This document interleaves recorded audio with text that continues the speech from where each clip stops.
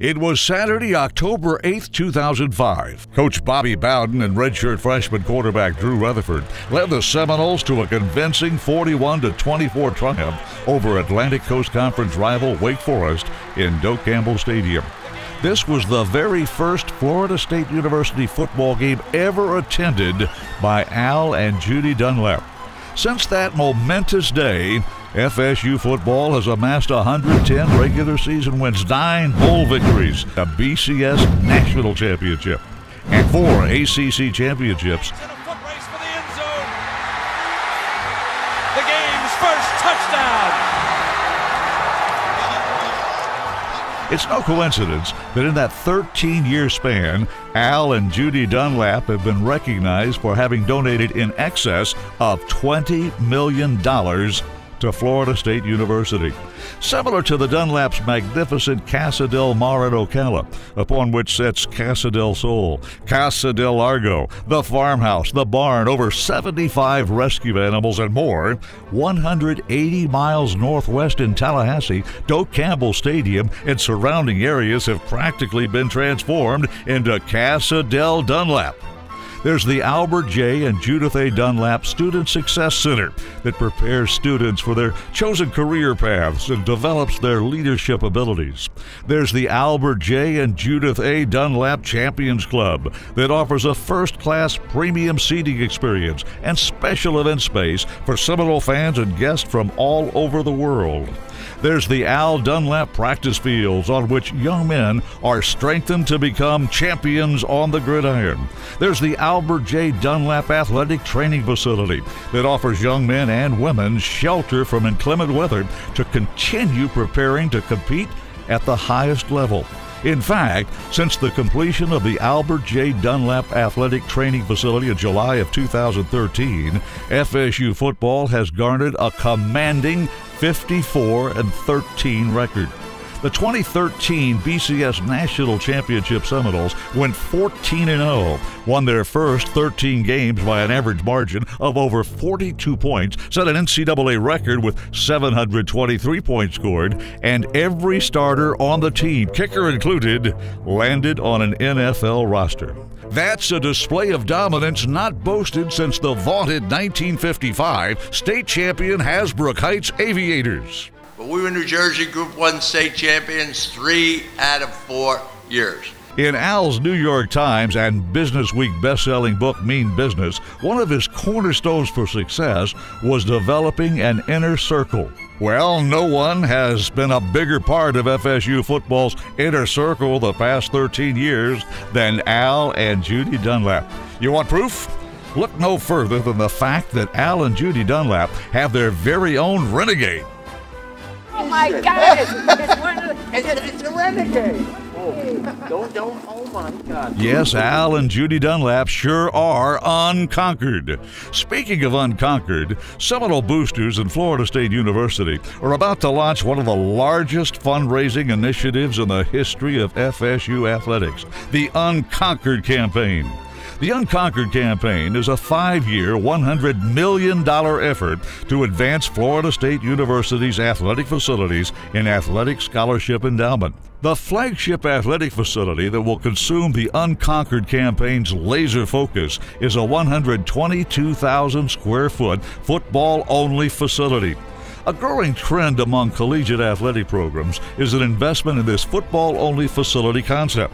In fact, since 2012, nearly 40 major universities have either finished building, are currently in the process of building, have announced plans to raise funds to build, or have renovated existing football-only facilities. FSU's football chief rivals, Florida, Miami, and Clemson, are among those. To quote the best-selling author Albert J. Dunlap, the essence of mean business is competitiveness. How to become competitive, and perhaps more important, how to stay competitive. That's what I'm about. Well, Florida State football is here to compete. The proposed structure will feature a new weight room, a new training room, a new locker room, a new player lounge, a new player development area, a new recruiting lounge, new coaches' offices, new offensive and defensive meeting rooms, new tiered position rooms, a new team meeting room, a new press conference room, a cutting-edge hydrotherapy center currently only indigenous to Australia. FSU head football coach Willie Taggart has worked at a university that has this concept, and he understands its place in college football today. Coach Taggart's consistent theme throughout the process of developing this project has been purposeful design. Let's hear Coach Taggart expound more on his experience and his vision for this project now. Our football operation is outgrown where we're at, and I think having a football-only facility will allow our guys to have more space, allow it to be more efficient, getting around and getting the work done that we need to get done. And it's so important because of the time restrictions that you do have with the young man. You want to make sure that you're efficient in what you're doing, you know, while also training in the best of the best. It always starts with a vision, then it comes a plan. You got to have a plan, and then you got to have an unbelievable work ethic. And probably the most important thing is you got to have the patience to see it through. In line with his mantra of lethal simplicity, Coach Taggart's message to any and all Seminole Booster members out there considering supporting this project is this: do something. Completion of this football-only facility will also allow the university to take space in Coyle E. Moore Athletic Center, currently being utilized by FSU football, and repurpose that space for academic advising and classrooms. FSU athletics faces significant challenges in that it is unfortunately deficient in this area. Right now, a 10,000 square foot space within Moore Athletic Center is dedicated to academic advising for student athletes of all 20 varsity sports. To put that in perspective, the University of Louisville has 70,000 square feet dedicated exclusively to football. FSU Associate Athletics Director for Student Athlete Academic Services, Dr. Casey King, believes expanding this footprint will benefit her and her team's efforts tremendously. Let's hear more from Dr. King on this opportunity now. I'm Casey King. I'm the Associate Athletics Director for Academic Services at Florida State University, and I oversee our academic services for all of our student athletes. We have 515 student athletes at Florida State, and we divvy up that number, but mainly I work with the football program and the men's tennis program, so that's around 120 students. I'm so excited to hear about the potential of more space. That is something we are in desperate need of. When you get 2 linemen and a learning specialist office, it is packed tight and it's hot, and it's just not a great conducive working space. In addition to broadened academic space, implementing the football-only facility will allow FSU's other 19 varsity sports greater access to strength and conditioning areas of Moore Athletic Center, as well as the development of new training rooms and a completely renovated and expanded dining room for all varsity sports. The football-only facility concept is a complete game changer for Florida State athletics.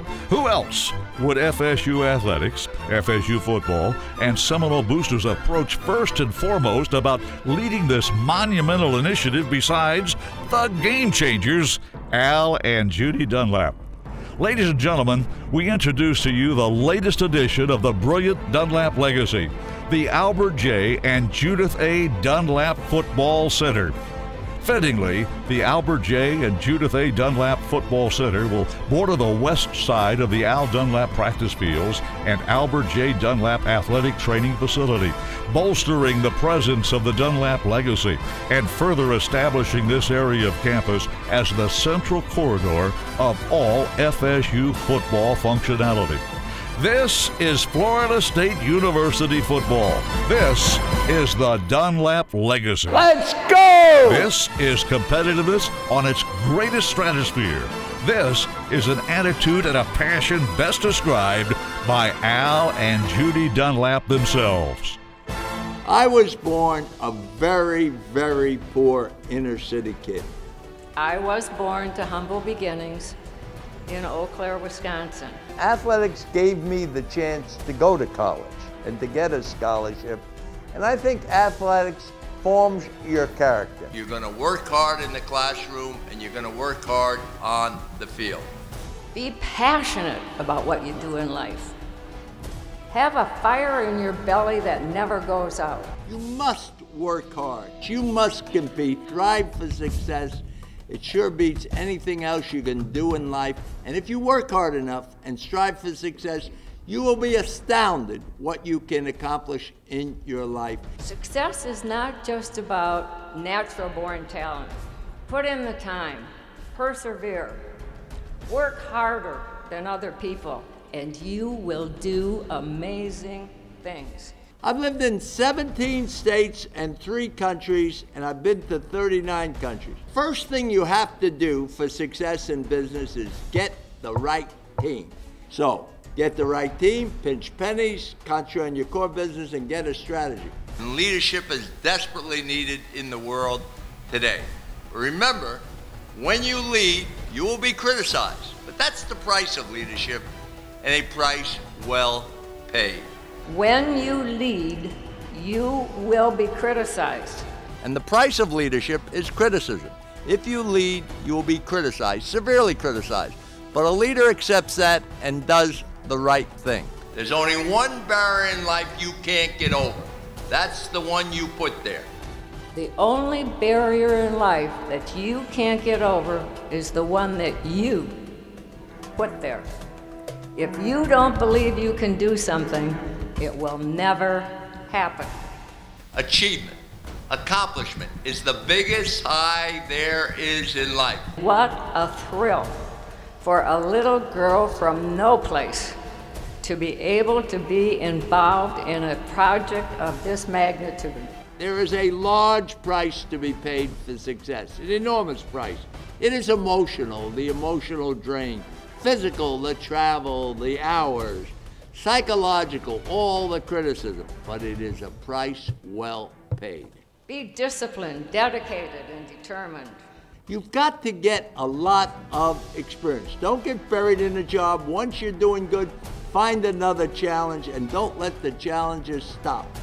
If you focus like a laser on the job you have, I guarantee you that next promotion will come. It's just like an athletic coach. Take over a losing team, you become a hero. Take over a winning team, so what? Everybody said you're going to win anyhow. And along the way, everyone will tell you what you can't do. Don't listen. They don't know. Set your own goals and be what you want to be. For leadership and contribution, and with appreciation for teaching us to challenge what is, and to continually seek what can be. Demanding more of us than we thought possible, providing us the freedom to perform, and showing us that excellent performance today is the foundation for the highest achievements tomorrow. Don't regret yesterday. Cherish today and look forward to all that is to come. This is an outstanding institution. It's one thing to build the building, but the more important thing is the character, the education, the leadership that you all will build into these fine young people. We did not build a building just to have our name on it. We built it for you, the students, to help you get over the gap from university life into whatever career you've chosen to go into. This theme of athletics and academics is enormously important. Being a scholar, being an athlete, you can overcome anything. If you're playing a sport, you're out there for one reason, to win. No more excuses. We want to see a national championship here at this great university.